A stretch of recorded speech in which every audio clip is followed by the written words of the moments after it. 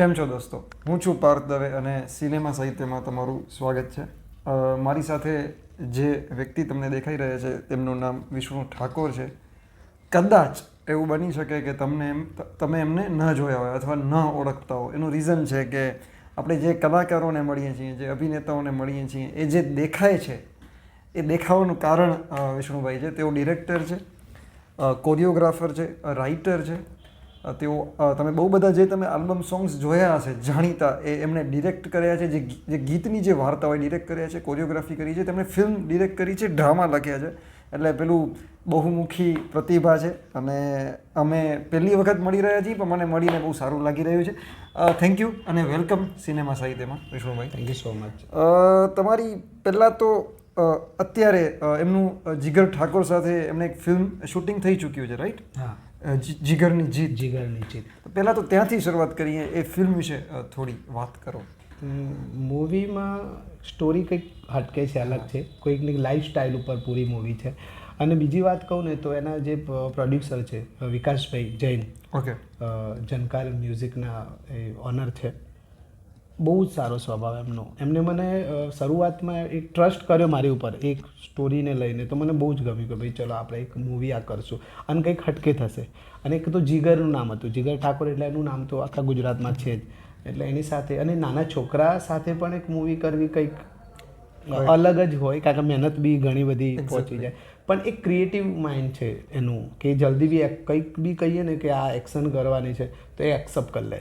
એમને અભિનય કરાવવો, હા, એ કેવું થોડું નહીં પણ બહુ સારું હતું, કારણ કે એની ઘણા બધા સોંગ એને સુપર ડુપર હિટ આપ્યા છે. ઘણા મને ગમ્યું એની સાથે. એટલે હી નોઝ, એને હવે આઈડિયા આવી ગયો. એ પહેલાં મેં જીગર ઠાકોર જોડે ઘણા બધા સોંગ બી કરી લીધા, તો અમારે બંનેનું એક ટ્યુનિંગ બહુ મેચ થઈ ગયું. વેવલેન્થ. હા, વેવલેન્થ. એના પછી એમાં ચંદુભાઈ રાવળ જે છે એ બહુ જ મસ્ત માણસ છે અને એ ચેનલના રાઇટર છે, એઝ એ સોંગ રાઇટર. અને સોંગ બહુ સારા લખ્યા છે. વિકાસભાઈ જૈન છે, એમને સાથે મુલાકાત મને એમને કરાવી. ઓકે. અને મૂવીનું એક ગ્રાફ બહુ સરસ બન્યું છે. હમણાં રિસન્ટલી રિલીઝ થશે, એડિટિંગ ને બધું થઈ ગયું છે. એની અંદર સારા સારા આર્ટિસ્ટ પણ છે. એમાં જીતુભાઈ પંડ્યા, ચેતનભાઈ દહિયા, પૂજાબેન સોની થી લઈને ઘણા બધા નામી અનામી. કોમેડીમાં પ્રકાશભાઈ મંડોરા છે, નિશિત નાયક છે, સુષ્મા જાદવ છે. એવા ઘણા આર્ટિસ્ટો છે જેમાં એમાં મતલબ એક્ટિંગ કર્યું છે એ લોકોએ. Great great. અમે પ્રકાશભાઈ મંડોરા અને જીતુભાઈ પંડ્યા બંનેનો ઇન્ટરવ્યૂ આપણે અહીં કરેલો છે, તમે જોઈ શકશો. વિષ્ણુભાઈ, તમારી શરૂઆત વિશે જણાવો. તમારું ગામ કયું અને તમે થોડું ગામની વાત અને બાળપણની વાત કરો. મારું પ્રોપર બાયબોર્ન, મારો જન્મ છે ને અડાલજમાં જ થયો. ઓકે. પણ વર્ષોથી દાદાને બધા, મતલબ હમણાં અમારા બારોટ હોય એમના ચોપડા ઉપર ખબર પડી કે અમે લોકો સાંથલ, જે ગમનભાઈ છે એ મારું મૂળ ગામ. ઓકે. ગમનભાઈ સાંથલ છે એ અમારું મૂળ ગામ છે. પછી અમે લોકો ત્યાં કુળદેવી માએ દર્શન કરવા ગયા. પછી ખબર પડી કે અમારા લોકો જેટલા પૂર્વજ કહેવાય, જે જૂના, એ લોકો અહીંયા આવી ગયા હતા ને અહીંયા વસવાટ કર્યો. પછી અહીંયા જમીન બમીન બધું સમથિંગ બધું હતું. એ ધીરે ધીરે કરતાં કરતાં મારો જન્મ ત્યાં થયો. અને બીજી વસ્તુ એક, હું ભવાઈમાંથી આવ્યો. ઓકે. બહુ નાનો હતો એટલે અમારા ફેમિલીમાં એક વસ્તુ મહાકાળી માનું ગરબો, ગડુલો કહેવાય એને દેશી ભાષામાં. તો એ ગરબાની અંદર મને પહેલેથી એમ કે હું કંઈક કરું. તો હું નાનપણમાં પછી છોકરીનો રોલ કરતો, મતલબ રાણી બનવાનું હોય, દાસી બનવાનું હોય. અમારે ત્યાં ઘણા બધા આખા ગામમાં લોકો બનતા હોય. સમથિંગ હું નાનું 7-8 વર્ષનો હતો ને ચાલુ કર્યું. એટલે ગળથુથીમાં કહેવાય ને, મારા તૈયાર જે ઘનશ્યામ નાયક. હા, બસ એ જ. જે નાયક કરે એ પ્રકારે જ અમારું હોય. પણ અમે એને કહીએ એક જાતર કહીએ એને. ઓકે. માતાજીને એટલે હોળી હોય ને ત્યારે અમારું આ એક રાત્રે ગરબો હોય. અને એ ગરબો પૂરો થાય એના પછી બપોરે રાવણનું કરીએ. એમાં રાવણમાં હું સીતા બી ક્યારેક ક્યારેક બનેલો છું. રાત્રે મહાકાળી માની સાથે પણ રહેવાનું મારે થાય. બીજી એક વસ્તુ કહું કે મારા અંકલ અંબાલાલ ઠાકોર કંઈ છે, અમને લોકોને છે ચાબુક રાખે. આમ ચાબુક મારી મારી શીખવાડે. એના દુહા, છંદ, આખ્યાન, એ ઊંચા અવાજે બોલવું. એટલે સમથિંગ 2000 થી 3000 પબ્લિક વચ્ચે નો માઇક, ત્યારે માઇક હતા જ નહીં. એ માઇક વગર બી અમારે એટલું બધું બોલવું પડતું, દરેક લોકો સુધી. એટલે એટલો ઊંચો ટોનમાં એનું ગાવું, એના ડાયલોગ બોલવા, એની ફિલિંગ્સ લાવી, આ બધું. અને તબલા વાજક હોય જોડે, હાર્મોનિયમ વાગતું હોય, એનાથી થોડું બી દૂર નહીં જવાનું. જો અલગ થઈ જઈએ કે રાગ ધાડ અલગ થઈ ગયો કે ડાયલોગ ભૂલી ગયા તો તરત અંદરથી એટલે કે લાઈવ પરફોર્મન્સ, પૂરું લાઈવ, નો સ્ક્રિપ્ટ. અત્યારે ડ્રામામાં સ્ક્રિપ્ટ હોય પણ એમાં ભવાઈમાં તો સ્ક્રિપ્ટ કોઈ હોતી જ નથી. પણ એ મારી બહુ જર્ની બહુ સારી રહી. એના પછી આ ફિલ્ડમાં આવવાનું આના કારણે થયું નાટકો કરતે કરતે? એના પછી મારે આ ફિલ્ડમાં આવવાનું, અમારા તે એક પ્રવીણભાઈ કહીને છે, પ્રવીણભાઈ પવાર એટલે પ્રજાપતિ છે પ્રવીણભાઈ, એમને એક સોંગ જક્ષણીમાંનું સોંગ એમને કરવાની ઈચ્છા થઈ. ત્યારે મેં એક સોંગ લખેલું, તો મેં એમને કહ્યું કે મારી જોડે એક સોંગ લખેલું છે તો આપણે કરીએ એમ. તો મને કે વાંધો નહીં. તો છોટે વિક્રમ કહીને પોર ગામમાં બહુ એક સારા એવા સિંગર છે અને અત્યારે હાલ એટલું નામ છે. તો છોટે વિક્રમ ઠાકોર હતા ને એમની સાથે મુલાકાત થઈ ત્યારે મને એવું થતું કે આ છોટે વિક્રમ સાથે હું કામ કરું છું. એ વખતમાં પોદાને ઉડાડે જે સૌથી હાઈએસ્ટ કહેવાય ને, મારું જિંદગીનું પહેલું સોંગ સુપર ડુપર હિટ રહ્યું હતું ને એ બધા દર્શકોના આશીર્વાદ છે. પણ એ દિવસ મને કંઈક ખટકે જ લાગતું. પણ એ સોંગ રિલીઝ થયા એ પહેલાં મને એવું થતું તો ત્યારે કેસેટનો જમાનો હતો, સીડી કેવું હતું. કેસેટના જમાનામાં દરેક શું કહેવાય જે લારી હોય સ્ટોર, તે સ્ટોર ઉપર આ બધી કેસેટ મળતી. તો પહેલાં મારું નામ નહોતું ને તો ત્યાં શું કરતો, એક ફોટો લઉં મારો પાસપોર્ટ સાઇઝનો સ્કૂલનો અને એને રાઉન્ડ કરીને પછી કેસેટના ખોખામાં ચોંટાડીને ગીતકાર વિષ્ણુ ઠાકોર અડાલજ લખતો અને મમ્મીને બતાવતો જો મારું નામ આવ્યું ફોટો. એ પહેલાં ફોટોઝ આવતા ગીતકારના. તો એક અલગ ફિલિંગ્સ હતું. પણ જ્યારે આ સોંગની અંદર ફોટોઝ આવે એટલે અલગ, આખા ગામની અંદર સવારના પોરમાં તમે માનશો ને, ગીત રિલીઝ થયું તો હું રિવ્યૂ જોવા માટે ગયો કે શું થાય શું. પણ સુપર ડુપર હિટ મારું એ પોદાને ઉડાડે પોદું પરદેશી રે લોલ, આ પહેલું ગીત મારું પહેલું જિંદગીનું પહેલું સોંગ. અને એના શબ્દો મતલબ સિંગિંગ કંઈક આવી રીતેનું હતું. અબિતાબેન પટેલ ને વિક્રમ ઠાકોર, છોટે વિક્રમ ઠાકોરે ગાયેલું હતું. હી પોદાન ઉડાડ પોદું પરદેશી રે લોલ, પોદાન ઉડાડ પોદું પરદેશી રેલો, હાલો સરખી સૈયર જોવા પોદું પરદેશી રેલો, હાલો હરખેથી વધાવા પોદું પરદેશી રેલો. ક્યાં વાત છે. તમારા પરિવારમાં કોઈને આમાં? મેં કહ્યું ને હમણાં જ કે મારા પરિવારની અંદર છે ને, મારા પપ્પા રાવણ બનતા. ઓકે. અને હું એમની સામે સીતા બનતો. કોઇન્સિડન્સલી અમારા આખું પરિવાર જે છે ને બહુ જ મતલબ આમાં જોઈન્ટ છે, ફેમિલી છે આમાં. અંકલ છે, મારા પપ્પા છે, પછી એકના મોટા ભાઈ છે. આ બધા લોકો કોઈ રાજા બને કોઈ રાણી બને પણ આખ્યાન એક અમારો જીવ છે. એ હજુ બી હાલ બી હોળી ઉપર એ કરવું જ પડે, અમારું ફરજિયાત. એમાં પૈસા અમે નથી લેતા પણ એક માતાજીના માટે કરીએ છીએ, આરાધના છે અમારા માટે, એ કરવું પડે છે અમારે. પેલું કહેવાય ને દેશી ભાષામાં કરવટું, એ કરવટું છે. એટલે હાલ બી હોળીના દિવસે અમારે એ આખ્યાન થાય અને બધા ઘણા લોકો આજુબાજુના ગામના લોકો જોવા બી આવે છે. પણ હટકે એ નજારો જોવો તમને અલગ જ લાગે. ભવાઈનું કંઈ તમે રજૂઆત કરી શકો, કંઈ તમને યાદ છે ભવાઈનું?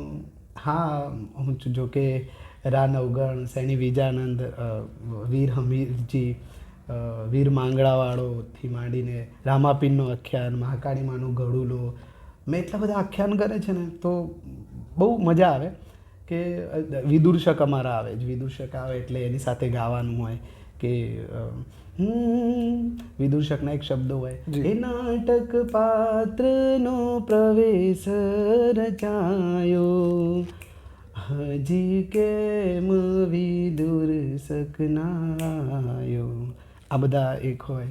અને મને લાડવા સુંદર ગમે છે, હે મારું મન લાડુમાં ભમે છે, હાય બાપ લાડવા ખાયણીમાં ખાંડવા કઢાઈમાં તળવા. આ બધું એક અલગ પ્રકારનું મારું. પછી તમને જ્યારે અમારા લોકો રાણી લોકોની એન્ટ્રી થાય ત્યારે એક અલગ પ્રકારનો માહોલ બને. તમને કરડે કારો નાગ લાડુ લાવો સ્વામીનાથ, તમને કરડે કારો નાગ લાડુ લાવો સ્વામીનાથ, ઉકેરા ઉપર ઉકેડીને ઉપર બેઠો ઓલો, ઉકેરા ઉપર ઉકેડીને ઉપર બેઠો ઓલો, હું તો તારું ઘર નહીં માંડું, હું તો તારું ઘર નહીં માંડું, તું છે જાતનો ખોલો, તમને કરડે કારો નાગ લાડુ લાવો સ્વામીનાથ. અને આ ભવાની અંદર મારો અવાજ એટલો સારો હતો ને પછી ધીરે ધીરે કરતાં મારા અંકલે કીધું કે તું સારો સિંગર બની જાય. તો મને મારી અત્યારે એમ જ સિંગરની લાગી બી રહ્યું એક છે. જર્ની બહુ અલગ જ રહી છે, મારી સિંગરની જર્ની રહી છે. હા. તો અમારા ત્યાં છે ને એક જૂનું પૌરાણિક કહેવાય ને કે ગામની વચ્ચે એક લારી હોય, ઊંટ લારી હોય. ત્યારે કોઈ સ્ટેજ નહોતા, ઊંટ લારી હોય અને એની ઉપર છે ને અમારા ગામના જે ઉંમરવાળા લોકો હોય, એમાં પછાભાઈ કંઈ નહોતા અમારા, એ છે અંબાલાલ પટેલ, અજમેરજી ઠાકોર, આ બધા લોકો એકઠા થઈને આખી નવરાત્રિ, ગામઠી નવરાત્રિ કહેવાય છે અને નાના નાના સ્પીકર, સીતારામ સાઉન્ડ મને હજુ બી ખબર છે, મારા ગુરુ છે અલક આશ્રમવાળા. તો નાના સાઉન્ડ હોય અને એ સાઉન્ડમાં આપણે બધાને ગાવાનું. પણ ત્યાં મારી જગ્યા નહોતી થતી. તો મને ક્યારેક શું કહે, આ જગ્યાએ હું કંઈક ગાઉં. પબ્લિક એટલે પડે એના કકડા, લાઈન એટલી લાંબી ને, તો એ લારીના કોર્નર પર એક જગ્યાએ હું બેસી રહેતો, આખી રાત સુધી બેસી રહ્યો. બધું જ પૂરું થાય ને એટલે પછી ધીરે ધીરે ઓલું આખું પ્રોગ્રામ પૂરો થઈ જાય એટલે એ લોકો પેલા જે માઇકવાળા છે ને, વાયર ને બધું ઠીક કરતા હોય, એટલે ધીરે ધીરે માઇક ખેંચીને હું ખાલી બોલું હલો, અને એટલો અવાજ સાંભળું એટલે માઇકવાળા એવું કે એ છોકરા તો તરત એટલે એ લોકો માઇક લઈ લો, એટલું બોલું એટલે એટલું ખુશ થઈ જાઉં. 4 વાગે મને એટલી સુકૂનથી ઊંઘ આવે કે મારો અવાજ આવ્યો. એના પછી ધીરે ધીરે કરતાં એમને મને સપોર્ટ કર્યો કે હા, તક આપી. એ એક પેલું કહેવાય ને 4 વર્ષ નવરાત્રિના એમને એમ જોયા, અને પછી 5મા વર્ષે એક અમારા જે દશરથભાઈ ઠાકોર છે એમને મને ધીરે રહીને કીધું મને કે આ તું ગા એક ગીત, તું ગા, ભવાઈમાં તો ગાય છે. તો મેં એ વખત એક ગીત ગાયું જે મારું પ્રિય હતું. સોંગ હતું નણદલના વીર વિના એકલા હો જીરે, નણદલના વીર વિના એકલા હો જીરે, સોના રે મંદિર સુના મારિયા હો જીરે, એ દિની જો તારી વાત વેલા વાલમજી ઘેર આવજો. અને એટલો માહોલ બંધાઈ ગયો. પહેલી વાર તમે ફર્સ્ટ વાર તો એ દિવસે મને ખબર છે કે મને 11 વાર એ સોંગ ગાવા માટે આખા ગામવાળાએ કીધું તું ગા, વન્સ મોર.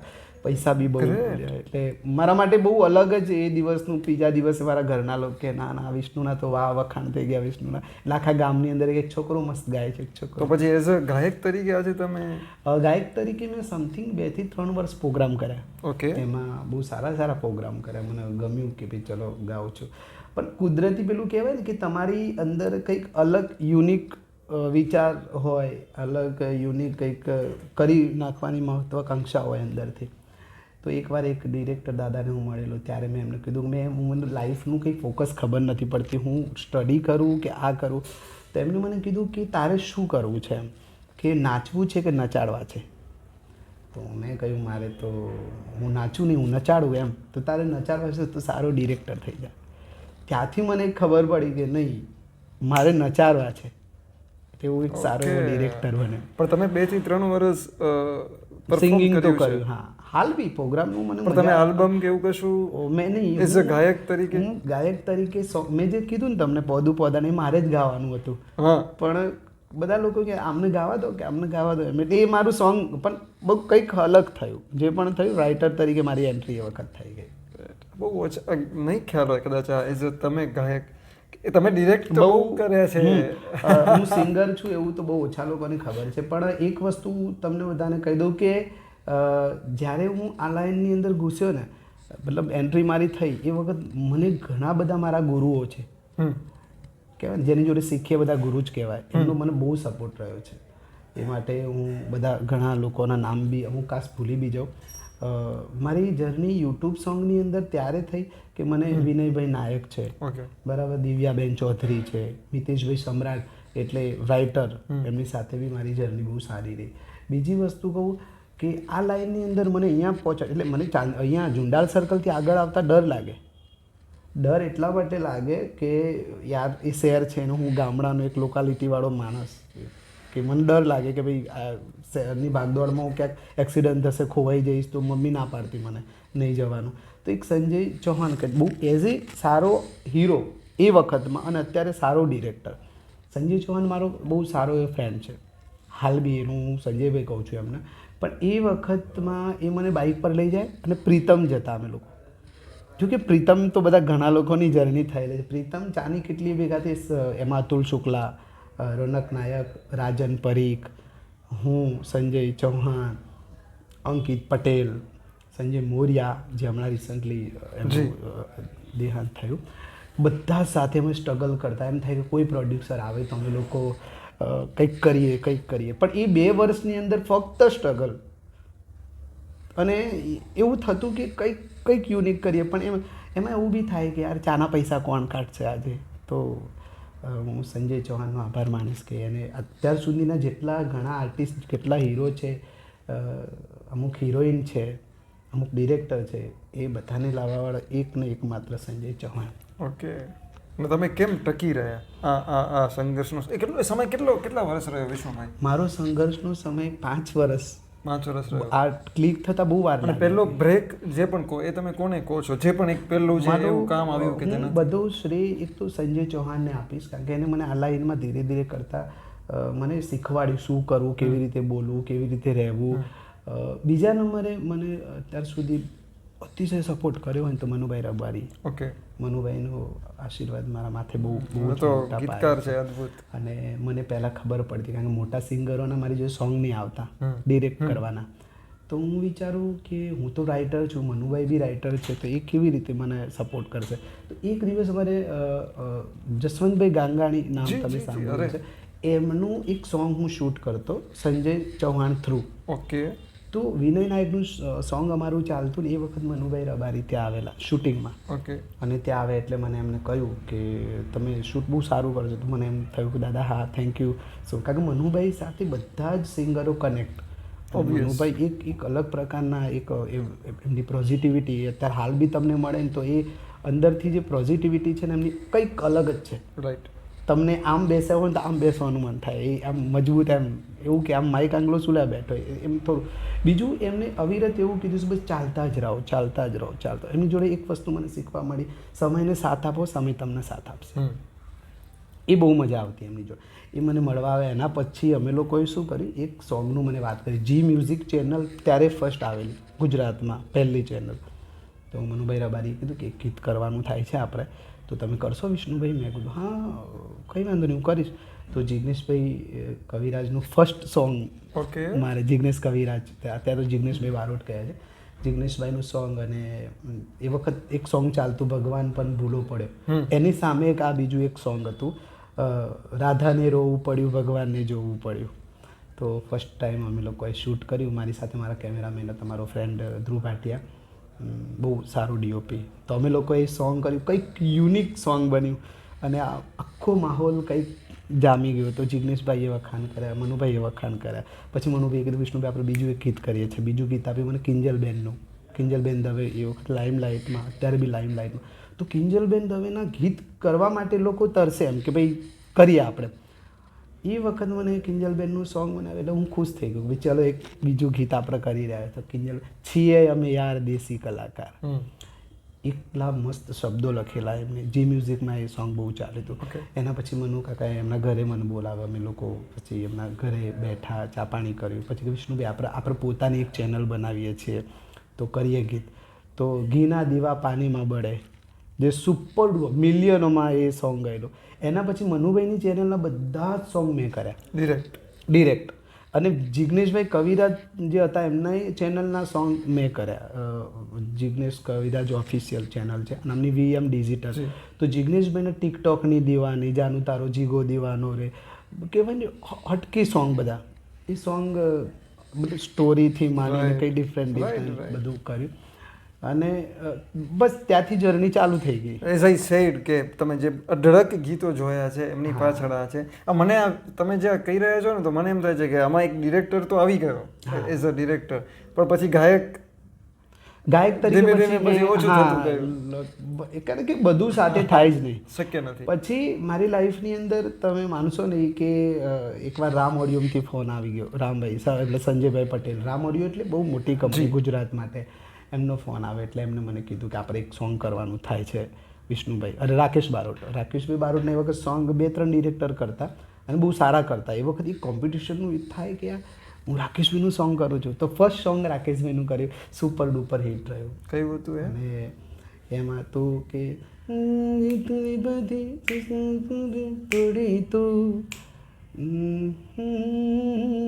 તને યાદ ના કરીશું, ફરિયાદ ના કરીશું, તારી એ કંઈક એવા શબ્દો. અરે એટલું મસ્ત સોંગ હતું, મને બહુ જ ગમ્યું. જો કે રિક્ષામાં ને બધા બહુ જ વાગતું. પણ રાકેશભાઈ સાથે મારી ફર્સ્ટ ટાઈમ મુલાકાત થઈ, પણ આજ બી નાની નાની નોકઝોક થાય અમારા બંને વચ્ચે, પણ બહુ મજા આવતી. એક અલગ પ્રકારનો એ સિંગર, એમનું એક નેચર આખું અલગ, બીજું પાવર બહુ મજબૂત કે આ કરે એ પ્રકાર. એક જિગ્નેશભાઈનો બી પાવર એટલો જ, એમ જિગ્નેશભાઈ હસીને બહુ વાત કરે, એમ સ્માઇલ આપે, વિષ્ણુલાલ કરે, જો કે મારા દિલના સંબંધ છે. રાકેશભાઈ સાથે કેવું છે, એમની સાથેની જે જર્ની મારી ચાલુ રહી, મેં જિગ્નેશભાઈને સુપર ડુપર હિટ સોંગ બહુ જ આપ્યા. રાકેશભાઈ સાથે ચાલુ થયું એટલે એમનું સાથેનું સોંગ મારા રામ તારું સપનું પૂરું કરશે, એમાં સારેગામાના જીતભાઈ વસાવા, એમની સાથે મારે એક કોન્ટેક્ટ થયો ફેસબુકમાં, તો કે સારેગામાના સોંગ તમે કરશો, સારેગામાના એગ્રીમેન્ટ કરવાના છે, તો રાકેશભાઈ કાજલબેનના એગ્રીમેન્ટ એ મારા થકી થયા. ઓકે, કે મેં બધાને કહ્યું કે એગ્રીમેન્ટ કરો. ઘણા બધા સિંગર હતા, અમુક લોકોને યોગ્ય લાગ્યું, અમુકને ના લાગ્યું, પણ અમુકને એવું હતું કે ચેનલ નવી છે તો કાશ આજુબાજુની જે ચેનલો છે એના જ આપણે કરીએ મહિના જ. તો રાકેશભાઈ અને કાજલબેને એ સોંગના એગ્રીમેન્ટ કર્યા. પણ એ સારેગામાની અંદર ટચ વુડ જીતભાઈ વસાવા અને મારી વચ્ચેની જે નાની નાની વસ્તુ હતી સોંગને લઈને, કોન્સેપ્ટને લઈને, અમારે કંઈક અલગ થતું. તો એ સારેગામાના એવું કહેવાય 99% સુપર ડુપર હિટ સોંગ મારા ભાગમાં, મતલબ એક સ્ટોરી કંઈક હટકે, ઘણા બધા સોંગ રાકેશભાઈ કાજલબેનના. કોન્સેપ્ટ વાઇઝ તમારું સૌથી વધુ ગમતું ગીત કયું છે તમારું, તમે જ ડિરેક્ટ કરેલું? મારા રોમ કયા કર્મની દીધી રે સજા, જિંદગીમાં દર્દ છે ને દર્દ મોમજા. આ મારું બહુ ફેવરેટ હતું. અને મારું રામ તારું સપનું પૂરું કરશે, કંઈક યુનિક કોન્સેપ્ટ હતો. અમે લોકો કચ્છમાં શૂટ કર્યું હતું. રાકેશભાઈ, છાયાબેન ઠાકોર એમાં એક્ટર્સ હતા. ઓકે, એ મને બહુ ગમ્યું. બીજું ગુણવંતજી ઠાકોરનું એક સોંગ હતું, હારે દેવી રમવા આવો, એ બી કોન્સેપ્ટ વાઇઝ મને બહુ ગમે. અને મનુભાઈનું ઘીના દીવા પાણીમાં બળે, એ એક નંબર કોન્સેપ્ટ. જો કે એવો કોન્સેપ્ટ બીજી વાર હું બી ના વિચારી શકું. એક ચોઘડિયું બેસી જાય ને એ રીતેનું એ સોંગ બી સારું હતું. જિગ્નેશભાઈ કવિરાજનું ટિકટોકની દીવાની કંઈક હટકે, એ વખત અલ્પિતા ચૌધરી લાઇમલાઇટમાં ટિકટોક ચાલતું એ વખત આવી. જિગ્નેશભાઈનો એ કોન્સેપ્ટ બી બહુ મસ્ત બન્યો હતો. ઓકે, આ બધે ગીત તમે તમારી રીતે કોન્સેપ્ટ, પછી ડિરેક્શન અને પછી શૂટિંગ, જે પણ એની જે પ્રોસેસ છે એ થોડું તમે દર્શકોને સમજાય રીતે કઈ રીતે થાય. અમુક ગીતો એવા હોય જેમાં બહુ મહેનત હોય, ફિલ્મ જેવું જ આમ કહી શકાય, પણ 2 કે 3 દિવસ કે જે પણ એ દિવસોમાં પૂરા થાય. શું છે, શરૂઆતમાં પહેલાં એક સોંગ અમારી પાસે આવે, કંપની સોંગ સેન્ડ કરે, અને પછી કે આને જોઈ લેજો એકવાર, આપણે આ સોંગ કરવું છે. તો એના પહેલાં શબ્દોને હું સાંભળું કે શું કહેવા માગે છે. એક તો સૌથી વધારે બેવફાના સોંગ બહુ હોય, ગુજરાત એટલે એ વધારે હોય છે. એક રીઝન હોવું જોઈએ, કાં તો એનો બાપ નડતો હોય, કાં તો એનો મોટો ભાઈ નડે, કાં તો હિરોઈન બેવફા નીકળી જાય. હિરોઈનનું રીઝન બી બતાવવાનું કે મેં બેવફાઈ કેમ કરી, ક્યારેક તો હીરો બી બેવફા. હવે સોંગ કોણ ગાઈ રહ્યું છે એના ઉપર આધાર છે. બીજી વસ્તુ કહું કે સોંગની પહેલાં તો સોંગનું આખું પેલો 5-6 વાર હું ખુદને સાંભળી લઉં છું. સાંભળ્યા પછી ડિસાઈડ કરું, ઓકે ચલો આ જોનરનું સોંગ છે. એટલે એક કહેવાય ને, અમદાવાદમાં શૂટ થશે કે એક ગામડામાં થશે કે કચ્છમાં થશે, અલગ અલગ કોસ્ચ્યુમથી લુક વાઇઝ પહેલાં અલગ રીતે ડિવાઇસ કરવું પડે. એના પછી સોંગનું પ્રોપર પ્લસ પોઈન્ટ મારો એક વસ્તુ છે, અત્યાર સુધી મેં જેટલા સોંગ કર્યા, મેં ક્યારેય સ્ક્રિપ્ટ નથી લખી. ઓકે, એ જોકે આખું ગુજરાત જાણે છે, જેટલા લોકો છે ને બધા એ કહે છે કે વિષ્ણુ ઠાકોર સ્ક્રિપ્ટ, હું લખતો જ નથી, મને જનરલી નથી ભાવતું સ્ક્રિપ્ટ. મગજમાં હોય છે કે મારે કયો શોર્ટ કેવી રીતે લેવાનું છે, કયા કપડાં ક્યારે પહેરવાના છે, બધું ક્લિયર જ હોય. એટલે પેલું શોર્ટ ડિવિઝન ઈશ્વરે આપ્યું છે અંદર ટાઈપિંગ સાથે. તો એ રીતે. અને બીજા દિવસ જ્યારે શૂટ કરવાનું હોય એ પહેલાં તો અમે લોકો આર્ટિસ્ટને કહીએ આવા કપડાં છે, આ મેં મેનેજ કરી લઈશું, આ તમે થોડું મેનેજ કરી લેજો. તો ક્યાંક પ્લસ માઇનસ આખા લોકેશનનું એક ખબર પડે કે આટલા શોટ છે, અને સવારે શૂટ પર જઈએ, મેકઅપ થાય અમારો, મેકઅપ થયા પછી શૂટિંગ અમારું આખું પૂરું થાય. એના પછી પાછું એડિટિંગમાં જવાનું. એડિટિંગમાં આખું જે કોન્સેપ્ટને સોંગ વાઇઝ એને એડિટ કરીને અલગ રીતે કંઈક બતાવવાનું. પણ અમુક વાર કેવું થાય છે કે જે વિચાર્યું હોય ને એના કરતાં વધારે સારું થઈ જાય અમુક વાર. અને અમુક વાર એવું થાય જે વિચાર્યું છે એ તો આવતું જ ના હોય, એનાથી 80% જ આવે પણ દર્શકોને બહુ ગમે. પણ ગમે. અમુક વાર એવું થાય કે આ મારી જોડે અમુક થોડા ઓડિયો એવા આવેલા છે કે મને ખુદની પર્સનલી નથી ગમતા, પણ ના ગમે એટલે હું મારા કેમેરાને આમ સામે જોઈને કહું આ તો કેમેરા દાદા કે મને કે કરીએ એમ. તો એ જે નથી ગમ્યું એ સોંગ સુપર ડુપર હિટ. એટલે એવું થઈ જાય ભાઈ, ઓડિયન્સ છે, ઓડિયન્સને શું ગમે શું ખબર એ તો હવે દર્શકોના હાથમાં છે બધું. અત્યારના તમે લગભગ મતલબ મોટાભાગના કલાકારો સાથે કામ કર્યું છે. વિજય સુવાળા છે કે મતલબ ગમનભાઈ સાંતર છે, કિંજલબેન દવે છે, જિગ્નેશભાઈ કવિરાજ છે, રાકેશભાઈ બારોટ, કાજલબેન મહેરિયા. કાજલબેનના બહુ સોંગ મેં કરે છે કે હું બેન બનાવેલા છે એમને. એમના હમણાં જ એક રિસન્ટલી બહુ ચાલ્યું, દિલ મારે જો રે દિલ મારે જો આંખોની પાપને આ કાજળ મોરે જો રે કાજલબેનના દિલ મારે જો રે. બહુ એક સારું એવું હતું કે કાજલબેન સાથે સુપર ડુપર સોંગ બહુ આપેલા છે અને બહુ કરેલા છે મેં લોકોએ. એમના પછી ઘણા એવા સિંગર છે જેમના એક બબે સોંગ કરે. વિક્રમ મામાના સોંગ મેં કરેલા છે, એમની સાથે બી બહુ કામ કર્યું છે મેં.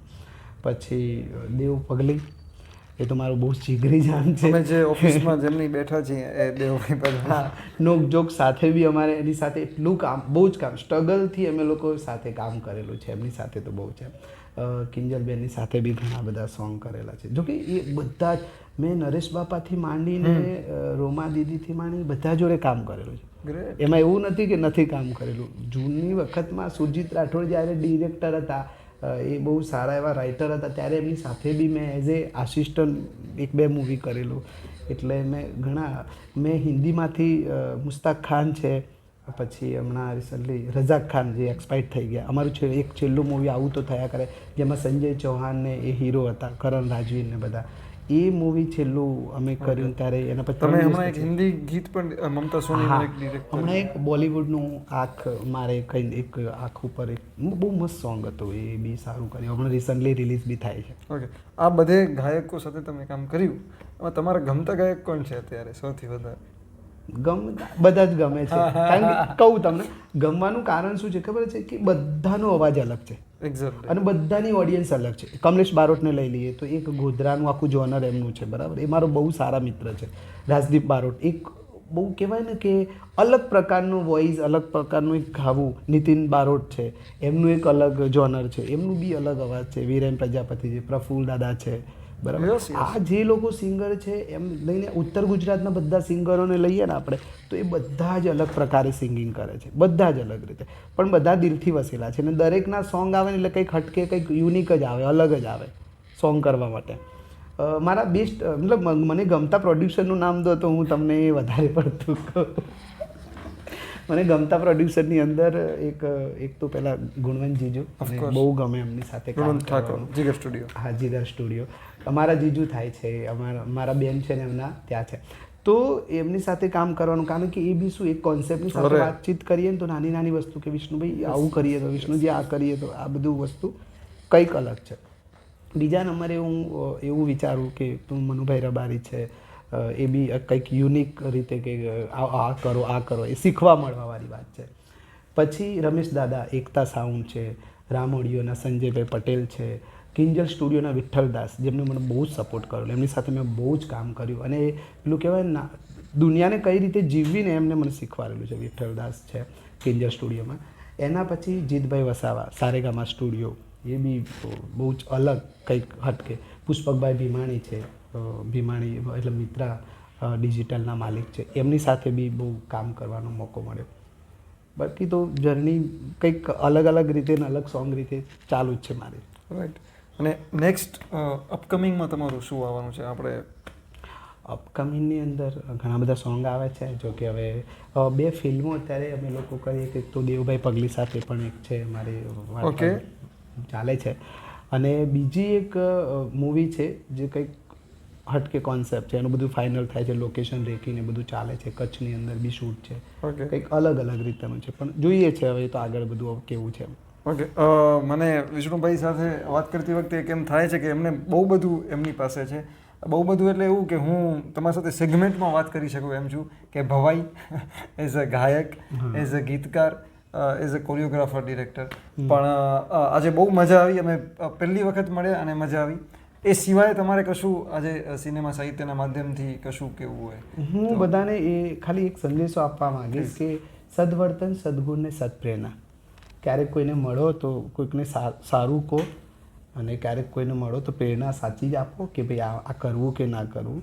અને તમારું વર્તન એટલું સારું રાખો કે લાખોની ભીડની અંદર તમારા ગમે તેટલા નામ થઈ જાય, ગમે તેટલો પૈસો આવી જાય, પણ તમારું વર્તન એ રાખો કે ઈશ્વરને ગમવું જોઈએ. રાઈટ.